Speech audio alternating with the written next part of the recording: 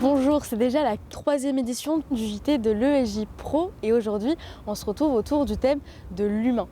Voyager seul, c'est souvent se retrouver seul face au monde et c'est toujours bon d'être préparé à toutes sortes d'éventualités. Et c'est justement la mission de certaines conférences ici au festival What the Trip, petit tour d'horizon avec Amaury Sall et Marine Schneider. Meva n'a jamais porté de muselière. Aujourd'hui, les participants de cet atelier apprennent à lui mettre.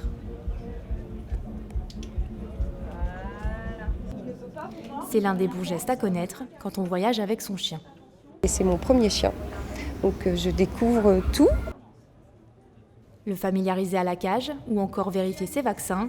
Pour Anne-Gaëlle, il faut tout prévoir à l'avance pour réussir son voyage. On a le bon harnais pour partir en randonnée, on a le carnet de vaccination, on n'a pas de problématique et en fait on ne se retrouve pas à devoir chercher des solutions pendant ses vacances. À quelques pas de là, les visiteurs découvrent comment voyager tout en protégeant l'environnement. Solène est partie de Montpellier jusqu'à Split en vélo. Durant son périple, elle a rencontré des gens qui nettoyaient le littoral. Elle en a fait un film. Je vais peut-être pas aller tout de suite en Amérique du Sud, mais par contre, je peux voir 1000 paysages et rencontrer des milliers de personnes extraordinaires. Donc, voilà. Faut pas rester chez soi et plus rien consommer, mais juste mieux le faire. Apprendre à voyager, c'est aussi l'une des missions de ce festival. Près de 50 000 personnes sont attendues jusqu'à dimanche. Transport, caméra, micro, lumière, logement, imprévu, filmer une aventure a un sacré coût. Mais doit-on avoir un gros budget pour filmer un bon documentaire ? Eh bien, c'est la question que se sont posées Fares Arbaoui et Soukaina Skali. Des images à couper le souffle, des émotions fortes, une aventure au cœur des communautés nomades dans le Sahara mauritanien. Le budget du film est de 4 000 €. Avec sa petite caméra, Jonathan a su capter les meilleurs moments.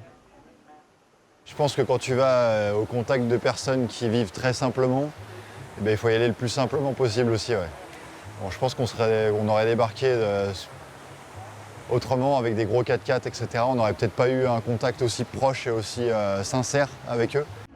Une approche plus intimiste qui présente toutefois quelques inconvénients. Il y a des fois, tu te dis, ouais, c'est bien si tu as une équipe, si tu as un peu plus de budget, un peu plus de trucs, tu peux faire des choses un peu plus grandes, quoi.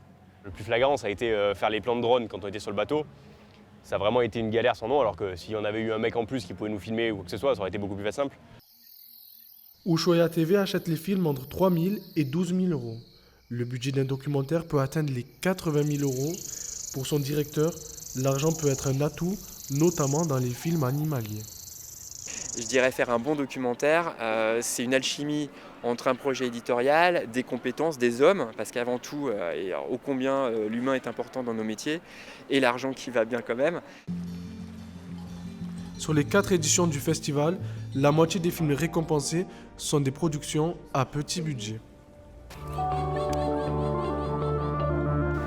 Notre aventurière du jour, c'est Lucie Azéma. Elle est journaliste, voyage à travers de nombreux pays seule et elle déconstruit la figure de la femme voyageuse. Un entretien signé Charles-Antoine Nora et Sarah Durand. Bonjour Lucie Azéma, Bonjour. Vous êtes aventurière. Vous avez vécu en Inde, au Liban, en Iran. Pourquoi avoir choisi ces pays ? Quand on découvre un pays, on se rend compte que son voisin, il y a des similarités, donc on a envie d'aller voir. Et voilà, ça fait comme une sorte de ruban qu'on déroule. Et c'est vrai que j'ai développé un peu une obsession pour ces régions-là. Ouais. Justement, en tant que femme dans ces pays, quelles difficultés vous avez rencontrées ? En tant que voyageuse, vraiment comme une figure de voyageuse, c'est beaucoup moins difficile que d'être une femme de manière générale. C'est-à-dire qu'on devient une espèce d'être hybride. On n'est plus vu comme une femme aux yeux des gens, généralement, surtout quand on voyage seul. Et dans beaucoup de pays, ne plus être vue comme une femme, c'est un avantage. Donc voilà. Pourquoi ? Parce qu'on nous parle différemment, on est moins infantilisés, on nous parle plus comme des adultes en fait, ce que nous sommes. Aux femmes qui n'oseraient pas partir comme vous l'avez fait aujourd'hui, qu'est-ce que vous pouvez leur dire ? Je pense qu'il faut se poser des questions et il y a des doutes qui sont légitimes, comme pour les hommes. Il y a toujours on peut ne pas faire certains voyages. dans certaines conditions. Mais je pense qu'il faut se dire que si dans la situation qui est la nôtre, si un homme à notre place avec cette situation n'hésiterait pas et partirait, alors c'est qu'il faut y aller. Savez-vous que l'on peut voyager tout en fermant les yeux? Je sais, c'est pas très évident. Mais suivez-moi, je vais vous montrer comment on peut faire.